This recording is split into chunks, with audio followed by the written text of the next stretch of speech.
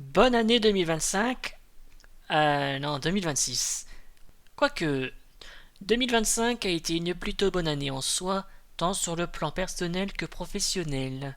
Des projets sont aboutis, et pour cette chaîne alors, eh bien, elle aussi a subi une progression assez importante de son nombre d'abonnés. Au 31 décembre 2024, il y avait à peine 40 abonnés.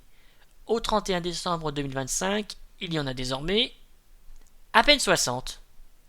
Mais voyons le bon côté des choses. En 12 mois, j'ai réussi à augmenter le nombre d'abonnés de près de 50%.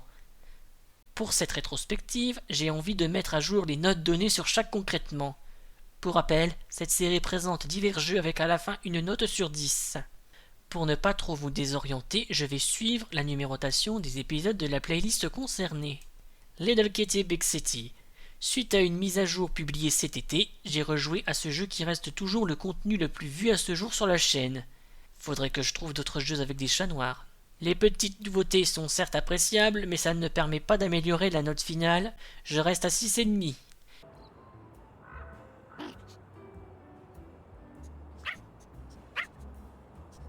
Katawa Shoujo. Par chance, l'avance rapide me permet de passer très vite les dialogues déjà lus. J'ai déjà mentionné la route de Rin et sa bonne fin sur l'épisode concerné. Après avoir parcouru les routes des autres filles, voici mes observations. Le duo Hanako-Lily est mon préféré, mais je n'arrive pas à mettre une fille devant l'autre. Shizune, en revanche, n'est pas du tout intéressante.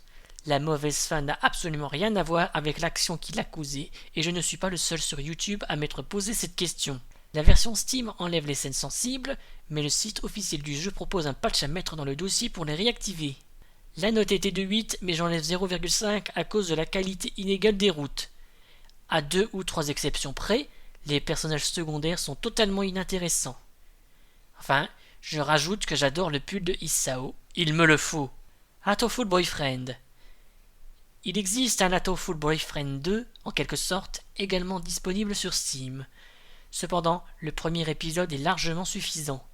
Comme j'avais terminé le jeu à 100%, il n'est pas nécessaire de modifier la note. Pokémon Infinite Fusion. 8,5, c'était sans doute trop gentil. Malgré les divergences avec le scénario originel, le fangame en demeure toujours trop proche pour vraiment me plaire. J'enlève 0,5, 8 sur 10.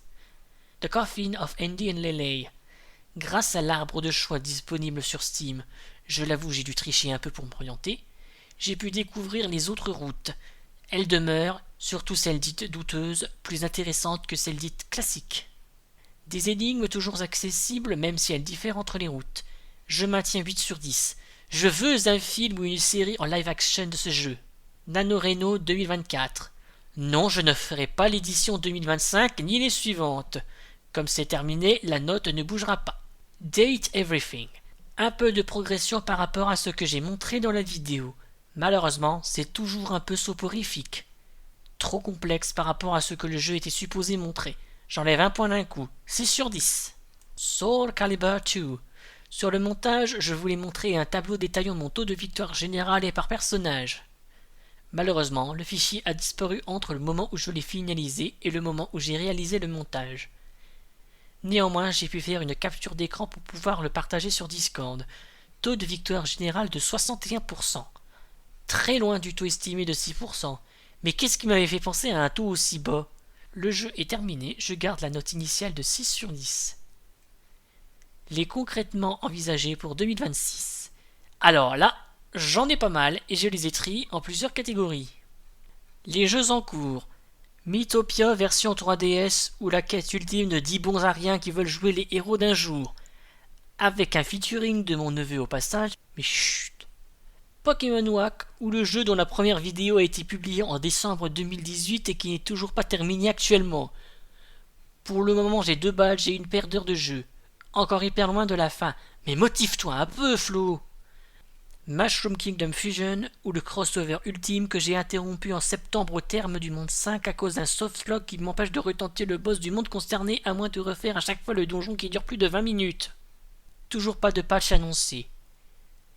Les remasters Spyro et Crash. Spyro c'est fini à fond.